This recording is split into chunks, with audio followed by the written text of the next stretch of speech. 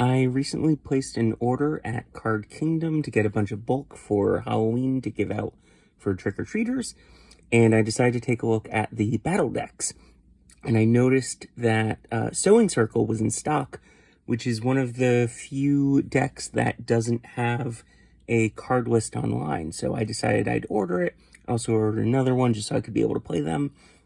And I wanted to kind of unbox it and get a card list out there in the public for everyone to see. So we've got Sowing Circle here. On the back, it says, if you're evaluating how good a deck is based on the reward it reaps, I'd say this one is so-so. Sowing Circle is a white-green deck that uses the Threshold mechanic to quickly turn its small creatures into game-ending threats by milling cards into the graveyard and then returning key pieces.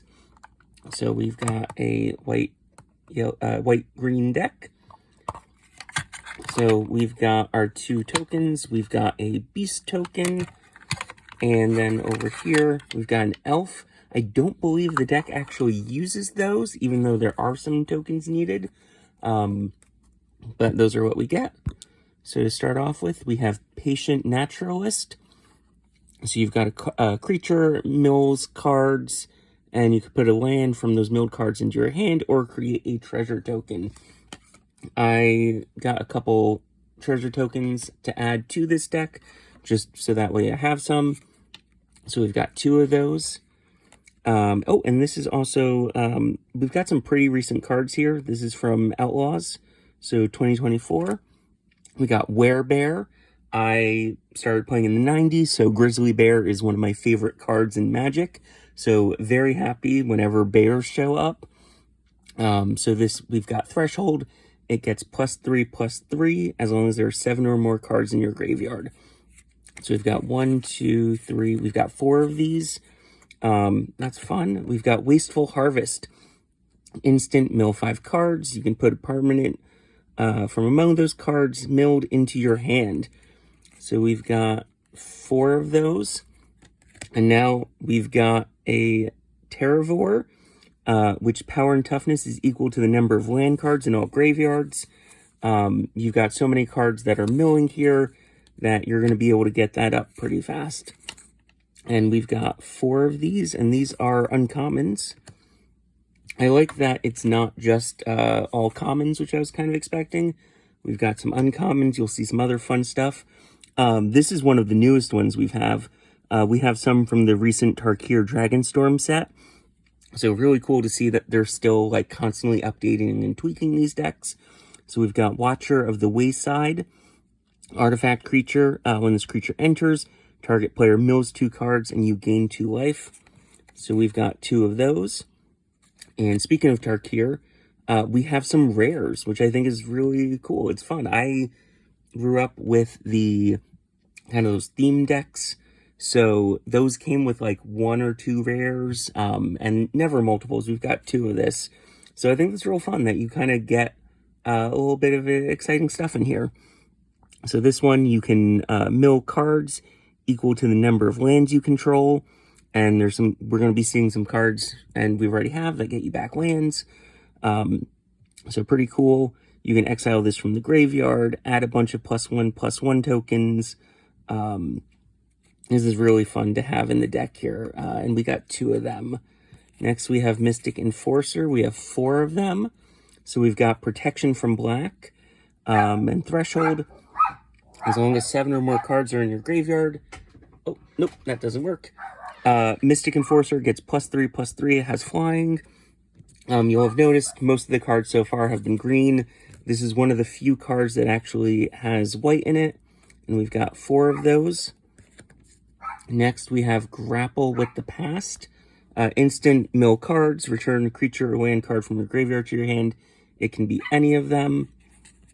So we've got 3 of those, which I think is interesting, because so far it's mostly been 2s or 4s. Elvish Regrower. When this creature enters, return target permanent creature from your graveyard to your hand. A lot of returning cards. We've got 2 of those, and this is an uncommon from Foundations. Oh, yeah. So we've got Excavation Mole. We got some moles in here. Enters the battlefield. Put mill cards. And we got Trample. We have Elf Mutant, Elf Aberration. I love this one. Adds 3 mana. You have forest cycling, so that's great.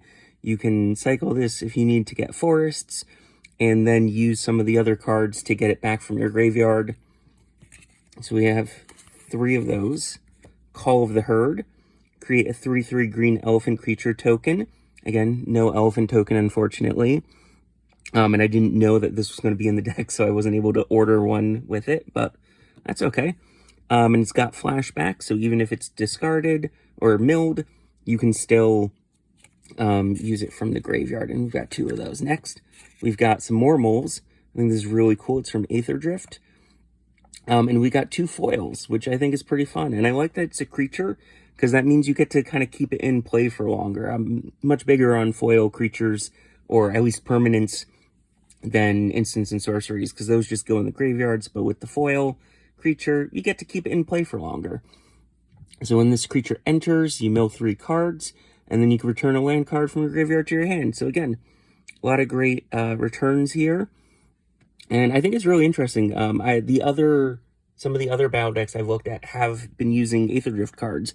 And I think it's really cool that they're actually finding ways to take these cards that were not well received and kind of finding ways to make them useful in these decks. So now we're getting into the land. So the land base here I think is pretty fun. We've got Blossoming Sands. We've got 4 of those. So it produces white or green, and you got 4, gain life. We've got some cycling lands. So we've got 2 that we can use to add green, or we can cycle them. So again, so many cards can bring back lands. So if you need to draw something, you can cycle this and always get it back later if you need. Or we have, this creature right here. Power and toughness equal to the number of land cards in your graveyard. This is an easy way to buff that creature. And then this one I think is really fun here. So we've got a land that produces colorless, and it has threshold. So again, if you have 7 or more cards in graveyard, you can pay a green and a white to make this a 4/4 green with first strike until end of turn.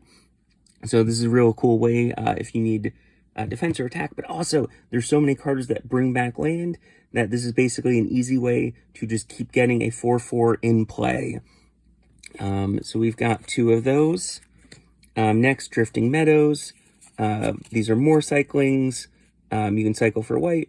You can tap for white or cycle for 2.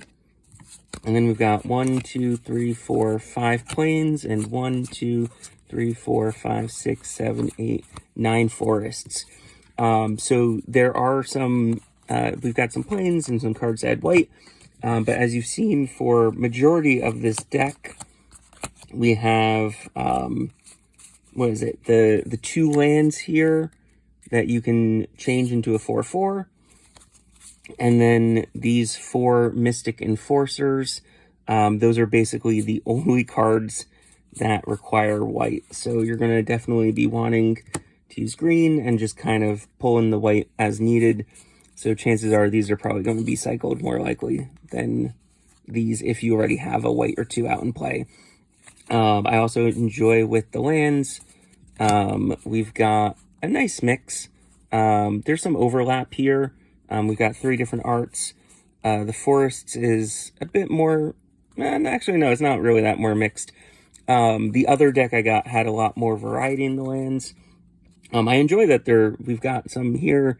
This is from 2004. And then we have some from like 2018, 2019.